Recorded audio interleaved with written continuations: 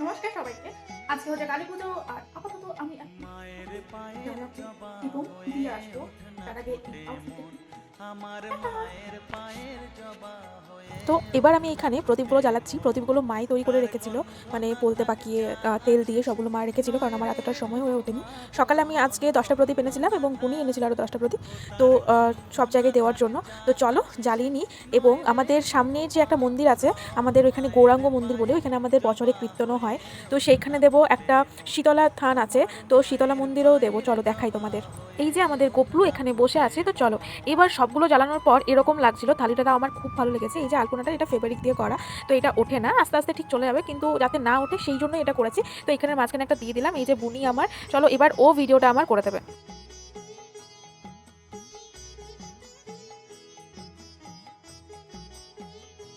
জানি জুই মালতি হায় কত গন্ধ যে ছড়ায়, তবু ঘরের ফেলে পরের কাছে নিজেরে বিলায়।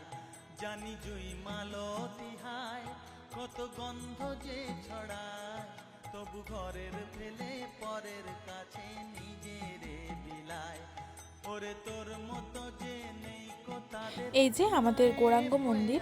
তো যখন আমাদের কীর্তন হয় তখন আমাদের বিগ্রহ থাকে, যেহেতু এইখানে না সেবা দেওয়ার মতো প্রত্যেক দিন কেউ মানে থাকে না, সেহেতু বিগ্রহ আমাদের রাখে না, কিন্তু সন্ধে প্রত্যেক দিনই পড়ে, যে কারণ বিগ্রহ থাকলে তো ওকে সেবা দিতে হবে।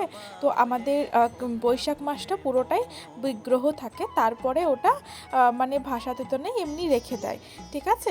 এই যে ওইখানে তুলসী মঞ্চ, সেখানে আমি দিলাম প্রদীপটা। এবার আমি যাব হচ্ছে আমাদের শীতলা মন্দির। তো চলো, এই যে এইখান থেকে যেতে হয়, ওইখানে পার্টিকুলার ওই দিকটাতে না প্রচণ্ড ঘাস হয়ে গেছে। তো এই যে আমি তুলসী মঞ্চ শীতলা মন্দিরে আমি দিয়ে দিলাম প্রদীপটা।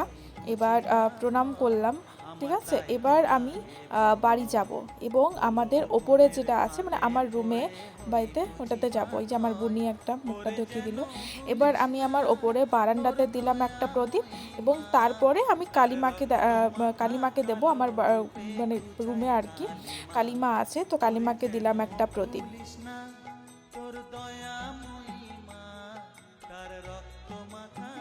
চলো এবার আমাদের এই যে লাইটগুলো লাগিয়েছে সেগুলো জ্বালিয়ে আসি ওপরে। চালিয়ে শুভ দীপাবলি। আর আমাদের গ্রাম আপাতত লাগছে এরকম, এই যে এরকম লাগছে আমাদের দোতলাটা, এবং সামনে কেমন লাগছে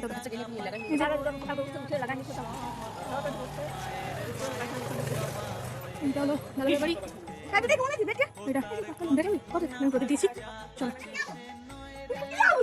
একটু পরে আমাদের এন্টারটেইনমেন্ট হবে।